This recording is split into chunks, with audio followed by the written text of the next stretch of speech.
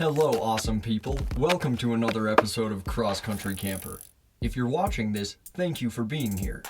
We're going to jump right back into our progress on our family's 1950 Bulls Aero travel trailer. The date is December 21st, 4 days off till Christmas. Here we are, I'm documenting our latest progress on the Bulls Aero trailer, which right now we have covered up for the winter. We don't want to add any more potential water damage to it if it doesn't need it, even though we have everything sealed. Just precautionary. We have the kitchen that we've been working on, the kitchenette, and Justin is staining her up right now with this beautiful amber stain that we bought. And it's really coming together nicely. What do you think, dude? It looks good. It looks better than I thought. Yeah, okay, cool. All right, but anyways, this is really coming together well. Look at this glow, guys. So the next step is we're gonna finish staining it, and then what, Justin? We'll wait, let this dry and polyurethane everything so that it's all sealed. Yeah. And then you can see this is the actual original front facade from the original woodwork in the Bulls Aero. That's why there's so much wood fill. Most of the wood in the back is new.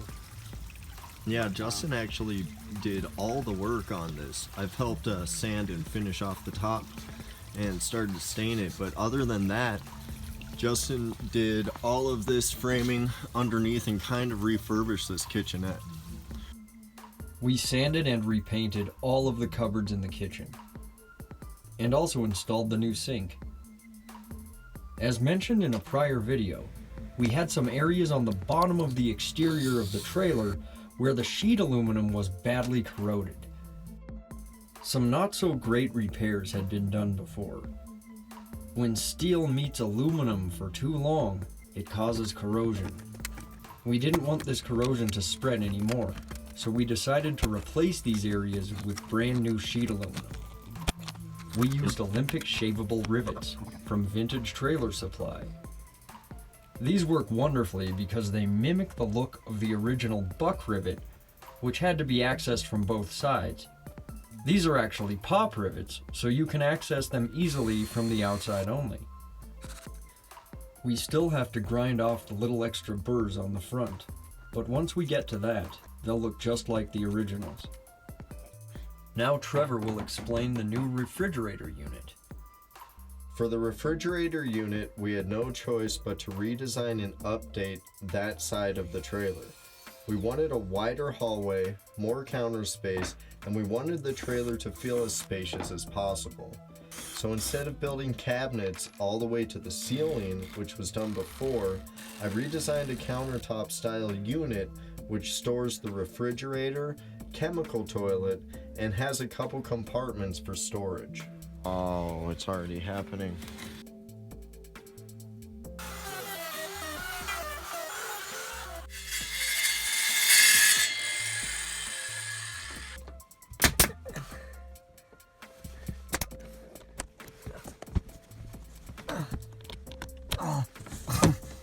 Justin, help! What are you doing? You're just filming? No, dude.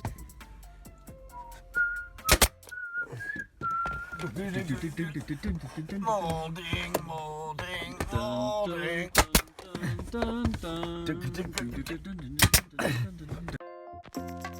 This is P340. That's the molding number.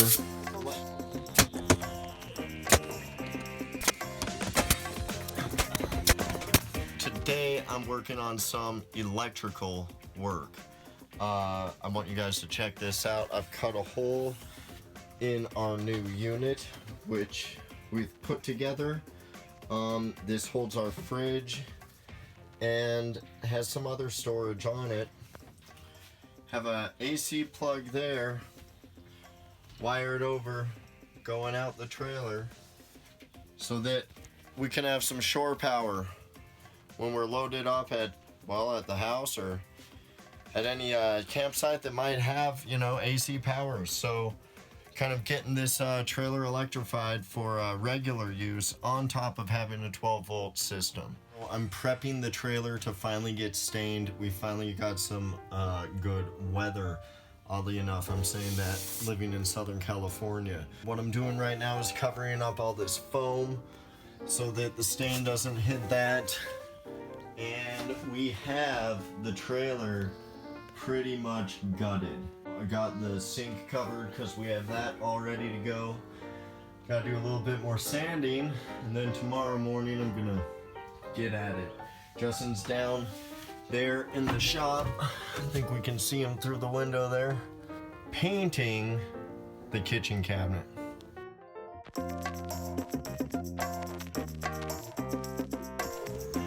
Today is the 30th of May 2019, and we are staining the trailer finally.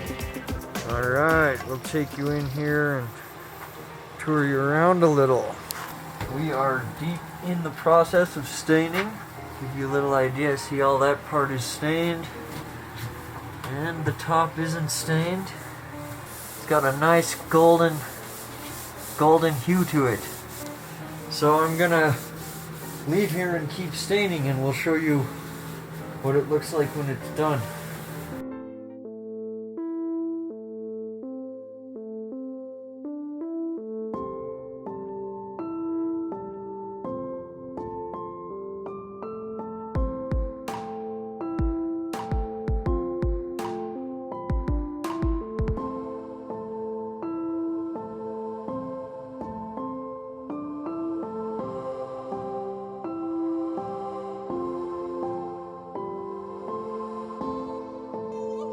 Okay, so what Justin and I have done today is installed the above kitchen kind of cabinet area, which this hood vent is going to be mounted to. What we need to do is go from a rectangle to a circular vent. I'll show you kind of what I'm doing during the process of this.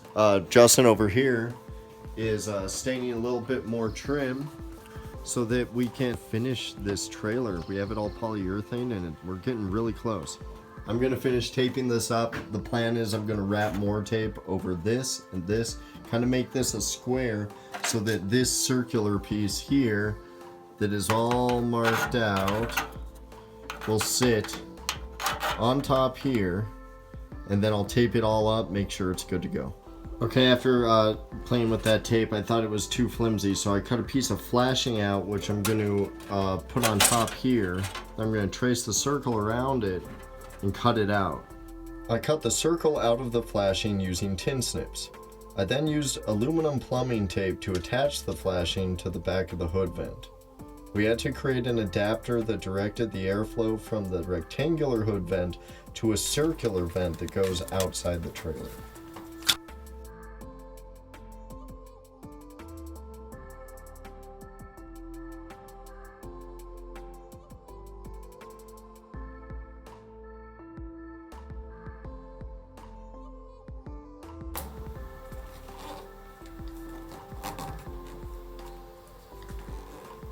That's it for the build in this video.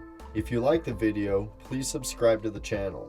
If you haven't seen our other videos, we have the links posted below. Thank you for watching, and see you next time.